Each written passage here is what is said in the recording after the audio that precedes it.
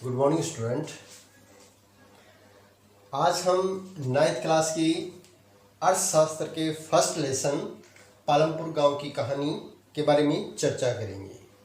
इससे पहले भूगोल के हमने जो 3 लेसन किए थे और क्योंकि उसके टोटल जो है 6 लेसन है और हाफ सेमेस्टर के अकॉर्डिंग जो है वो 3 लेसन हमने उसके कंप्लीट कर लिए हैं। तो आज हम अर्थशास्त्र के फर्स्ट लेसन पालमपुर गांव की कहानी के बारे में हम चर्चा करेंगे। तो सबसे पहले ये देखते हैं जो पालमपुर गांव है वो कहाँ पर है। जो पालमपुर गांव है वो पश्चिमी उत्तर प्रदेश के बुलंदशहर जो है डिस्ट्रिक्ट है, जिला है, उसके अंदर स्थित है। पालमपुर गांव के बारे में आगे जाने से पहले हम देखते हैं कि जो पालमपुर गांव है उसके अंदर कितने परिवार है।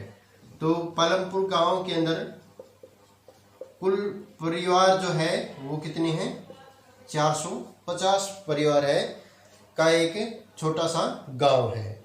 और इस गांव का जो मुख्य जो व्यवसाय है वो क्या है, कृषि है। यानी इसकी जो अधिकतर जो जनसंख्या है या यहाँ की जो समुदाय के जो लोग हैं पालमपुर गांव के, वो कृषि कार्यों में लगे हुए हैं। और इसके अलावा बहुत से कुछ जो कृषि कार्यों के अतिरिक्त कुछ समुदाय इस गांव के जो अन्य गैर कृषि कार्यों में भी लगे हुए हैं। और जैसे दुकानदारी है, गैर कृषि कार्यों के अंदर क्या है, दुकानदारी है, परिवहन का कोई साधन है, रेहड़ी लगाना है, इसके साथ साथ सब्जी की जो दुकानें हैं और जो थोक व्यापारी के तौर पर भी क्या है अनेक प्रकार से वो है कार्य करते हैं। तो पालमपुर गांव में कृषि के अंदर हम सबसे पहले बात करते हैं जो उत्पादन का संगठन होता है। उत्पादन सबसे पहले हम बात करते हैं उत्पादन, क्योंकि किसी भी क्षेत्र के अंदर कोई भी चीज जो कच्चे माल के रूप में होती है उसको प्राप्त करने के लिए हम जो कृषि कार्य है वो करते हैं और कृषि से विभिन्न प्रकार के जो है उत्पादन हमें प्राप्त होते हैं या वे वस्तुएं हमें प्राप्त होती है। तो उत्पादन का जो संगठन है वो क्या है, उत्पादन का जो उद्देश्य होता है वो क्या होता है, वस्तुएं और सेवाएं। उत्पादन का जो उद्देश्य होता है वो क्या होता है, वस्तुएं और सेवाएं प्रदान करना। यानी सेवाएं, वस्तुओं और सेवाएं जो है उत्पादित करना है, जिससे जिसकी जरूरत किसको होती है, लोगों को होती है। किसको होती है, लोगों को होती है। तो उत्पादन का जो उद्देश्य है वो वस्तुएं और सेवाएं उत्पादित करना है और प्रत्येक व्यक्ति की ये वस्तुएं क्या होती है, आवश्यकताएं होती है। उत्पादन की आवश्यकता,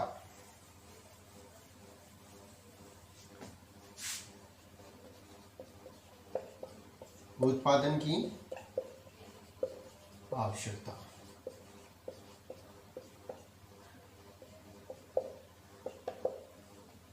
उत्पादन की जो है आवश्यकता होती है वो क्यों होती है और इन आवश्यकताओं के लिए हमें किन किन चीज़ों की जो है आवश्यकता पड़ती है। तो सबसे पहले हम बात करते हैं उत्पादन के लिए जो उत्पादन कार्य जो होता है उसके लिए सबसे पहले हमें किसकी आवश्यकता होती है, वो होता है भूमि। क्या है, भूमि और पानी। भूमि व पानी की जो आवश्यकता है और इसके साथ साथ वन और खनिज, ये सब प्राप्त करने के लिए हमें किसकी आवश्यकता होती है, भूमि की। और ये हमारा क्या है, एक प्राकृतिक संसाधन है। प्राकृतिक संसाधन है, यानी संसाधन क्या होते हैं, जो मनुष्य अपनी आवश्यकताओं के लिए विभिन्न प्रकार के जो खनिज पदार्थ, मृदा है, इसके साथ साथ जो अन्य जैव पदार्थ होते हैं उनकी जो प्राप्ति करता है और अपने लिए इसका उपयोग करता है। कच्चे माल के रूप में इसका जो है प्रयोग करता है, तो वो सभी क्या होते हैं, प्राकृतिक संसाधन होते हैं। और भूमि के बाद में आता है श्रम। श्रम यानी भूमि के अंदर किसी भी प्रकार का जो कृषि कार्य करने के लिए, कृषि कार्य करने के लिए मजदूरी की जो आवश्यकता होती है, मजदूरी जो होती है वो क्या कहलाती है, श्रम कहलाती है। यानी कृषि कार्य करने के अंदर इसमें लगे हुए जो विभिन्न जो सदस्य होते हैं वो, या कार्य करने के लिए जो सदस्य लगाए जाते हैं वो क्या कहलाते हैं, श्रम या मजदूर कहलाते हैं। इसके साथ तीसरे नंबर पर आता है हमारा भौतिक पूंजी। तीसरा क्या है, भौतिक पूंजी। और ये सभी क्या है, भूमि, श्रम और भौतिक पूंजी। ये क्या है, उत्पादन के लिए कृषि कार्यों में लगे हुए हमारे जो है महत्वपूर्ण कारक होते हैं जिसकी हमें आवश्यकता होती है। तो भौतिक पूंजी क्या है, उत्पादन के दौरान कई प्रकार की जो आगतों की हमें जरूरत होती है। उत्पादन के दौरान प्रयोग होने वाली आगतें, आगतें क्या होती है, यानी विभिन्न प्रकार के जो है संसाधन। और भौतिक पूंजी के अंदर कौन से आते हैं, भौतिक पूंजी में आते हैं हमारे पास जो है, एक तो होता है स्थायी पूंजी। स्थायी पूंजी। अब स्थायी पूंजी के तौर पर हमारे पास क्या होती है, जैसे किसी भी प्रकार के जो औजार हम उत्पादन के लिए प्रयोग कर रहे हैं या कृषि कार्यों के लिए प्रयोग करते हैं, मशीनें हैं, वो भी हमारा क्या है, एक स्थायी पूंजी है। इसके साथ साथ भवन या जो घर हमारे पास है वो हमारे लिए क्या होती है, एक स्थायी पूंजी है। इसके अतिरिक्त किसी भी व्यक्ति या समुदाय की जो खुद की जो भूमि जो होती है, जो ज़मीन होती है, वो भी क्या है, उसकी एक स्थायी पूंजी है। और दूसरा होता है कार्यशील पूंजी। उत्पादन के दौरान जो आगतें होती हैं, स्थायी पूंजी। और दूसरी नंबर पर क्या होती है, कार्यशील पूंजी। कार्यशील पूंजी यानी कार्यशील पूंजी क्या है, किसी भी उत्पादन के लिए जिन चीज़ों का हम उत्पादन के तौर पर इस्तेमाल करते हैं, जैसे कच्चा माल और नगद के तौर पर जो राशि हम प्रयोग करते हैं, यानी जो मुद्रा, इसको हम क्या बोल सकते हैं, मुद्रा।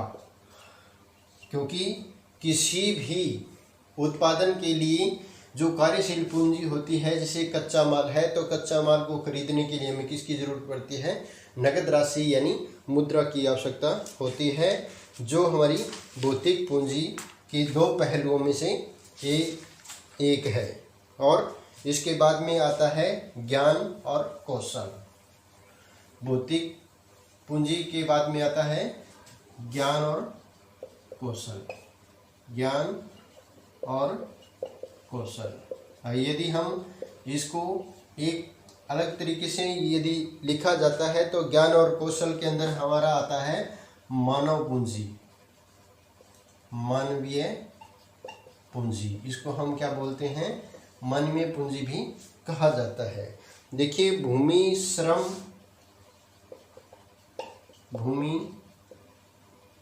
श्रम और जो भौतिक पूंजी होती है, भौतिक पूंजी को एक साथ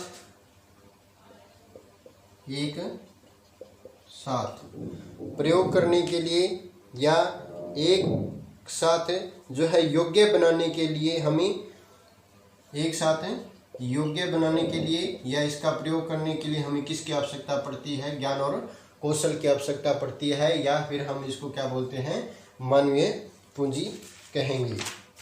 क्योंकि मानवीय पूंजी इसको क्यों कहा जाता है, क्योंकि जितने भी प्रकार के हमारे पास जो कच्चे माल के तौर पर या भूमि है, भौतिक जो पूंजी होती है वो उसका हम प्रयोग कब कर सकते हैं, मानव के द्वारा प्रयोग हम उसका प्रयोग करते हैं। इसलिए जो मानवीय पूंजी है वो क्या है, ज्ञान और कौशल यानी उचित तकनीक के द्वारा, अपने ज्ञान के द्वारा या आधुनिक जो औद्योगिकरण है या आधुनिक जो मशीनें हैं उसके द्वारा क्या है, विभिन्न प्रकार के जो है उत्पाद तैयार किए जाते हैं। इसलिए मानवीय जो पूंजी है वो क्या है, सबसे महत्वपूर्ण मानी गई है। अब आते हैं कृषि गतिविधियों के जो महत्वपूर्ण बदलाव होते हैं। कृषि गतिविधि के जो महत्वपूर्ण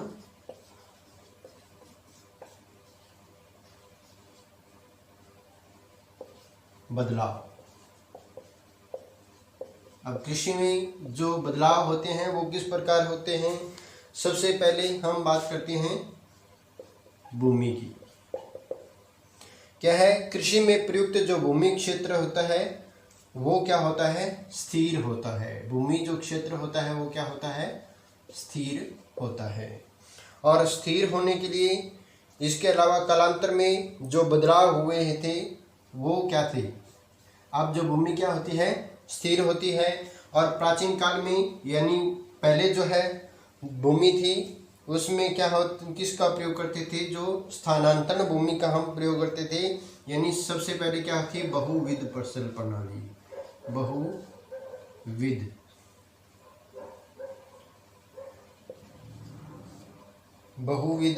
फसल प्रणाली ये किसके अंतर्गत आता है, कृषि के अंतर्गत आता है, यानी भूमि के अंतर्गत आता है। बहुविध फसल प्रणाली भूमि में क्या था, जो एक वर्ष के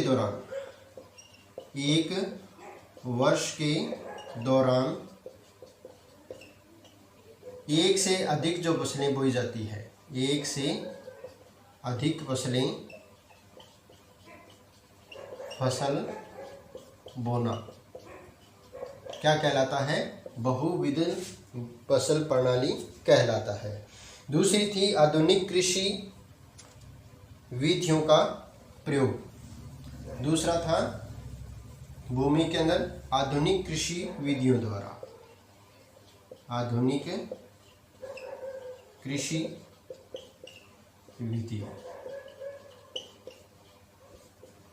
तो क्या है, फसल जो बहुविध फसल प्रणाली थी उसमें क्या है, एक वर्ष के दौरान एक से जो अधिक फसलें एक साथ जो बोई जाती थी उसको बहुविध फसल प्रणाली कहा जाता है। और उसके साथ जो आधुनिक कृषि विधि है उसमें क्या होता है, विभिन्न प्रकार की जो कृषि क्रियाएं होती है वो आधुनिक विधियों के द्वारा की जाती है, जिससे कम लागत हो और आमदनी यानी जो आय है उसकी बढ़ोतरी हो। इसके साथ साथ जो कृषि का जो उत्पादन होता है वो क्या है, विभिन्न प्रकार से किया जाता है और उसके उत्पादन में भी क्या है, वृद्धि होती है। इसके बाद में उपभोक्ता बदलाव के जो कारण है, 1960 के दशक के अंदर कृषि कार्यों के अंदर जो बदलाव आए थे वो किसके कारण आए थे, वो आए थे हमारी जो भूमि की जो उत्पादकता है उसमें कई गुना जो है वृद्धि हुई थी, और वो हुई थी हरित क्रांति के कारण। हरित क्रांति के कारण क्या है, जो HYV जो बीज होते थे यानी जो उपचारित बीज होते थे, उपचारित बीजों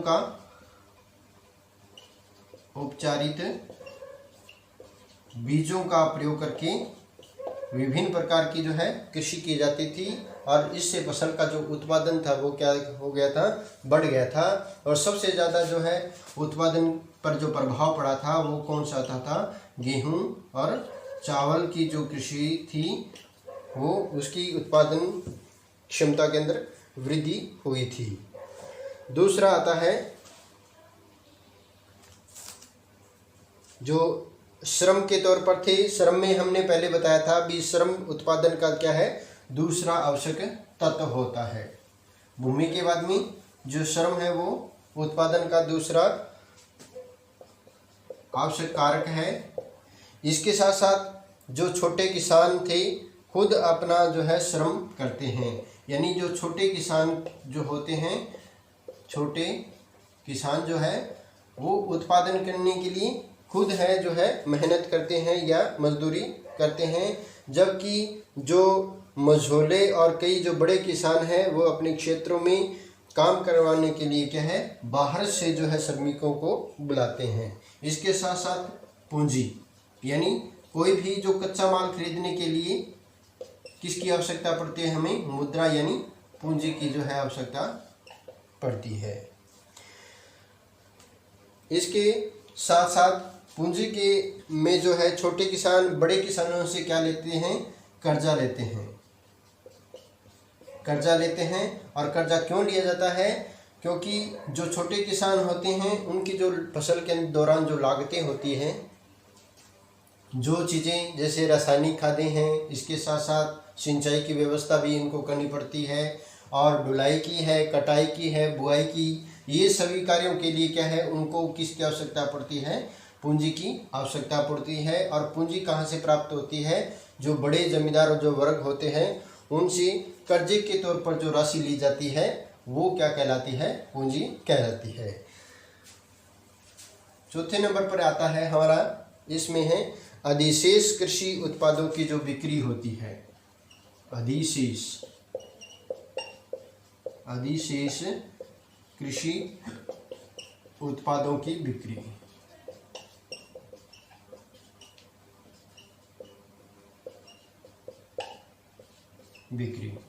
अब सबसे पहले ये बता दें कि जो अधिशेष क्या होता है। देखिए, बहुत से जो किसान होते हैं वो अपनी आवश्यकताओं के अनुसार जो अनाज क्या है अपने पास रखते हैं। इसके अतिरिक्त जो कुल उत्पादन जो उनका होता है, कुल जो उत्पादन होता है कृषि में या अनाज का जो उत्पादन होता है, इसमें अपनी आवश्यकता के तौर पर जो घरेलू अनाज जो होता है उसको अपने पास रखकर बाकी का जो बचा हुआ अनाज जो होता है वो क्या है बाजार में आय प्राप्त करने के लिए या मुद्रा प्राप्त करने के लिए, पूंजी प्राप्त करने के लिए उसको क्या है बेच देते हैं, या घरेलू जो अन्य जो सुविधाएं होती हैं उनको प्राप्त करने के लिए जो अनाज बेचा जाता है उसको क्या बोला जाता है, अधिशेष कहा जाता है। बाजार में किसी भी फसल का जो उत्पादन है वो पूंजी, श्रम और ज़मीन का इस्तेमाल जो करते हैं। किसान उपज का जो है एक हिस्सा अपने पास रखते हैं और अतिरिक्त जो हिस्सा होता है वो क्या है बाजार में बेच देते हैं। कृषि उपज का एक हिस्सा जो बाजार में भेजा जाता है वही क्या कहलाता है, अधिशेष कहलाता है। तो ये थे हमारे जो कृषि उत्पाद के अंदर दौरान कृषि का जो उत्पादन का संगठन था और उत्पादन की आवश्यकताएं और उत्पादन की जो विभिन्न गतिविधियां थी उनके दौरान प्रयोग होने वाले विभिन्न प्रकार के जो कारक थे। नेक्स्ट वीडियो में हम पढ़ेंगे जो गैर कृषि जो गतिविधियां होती हैं। Thank you.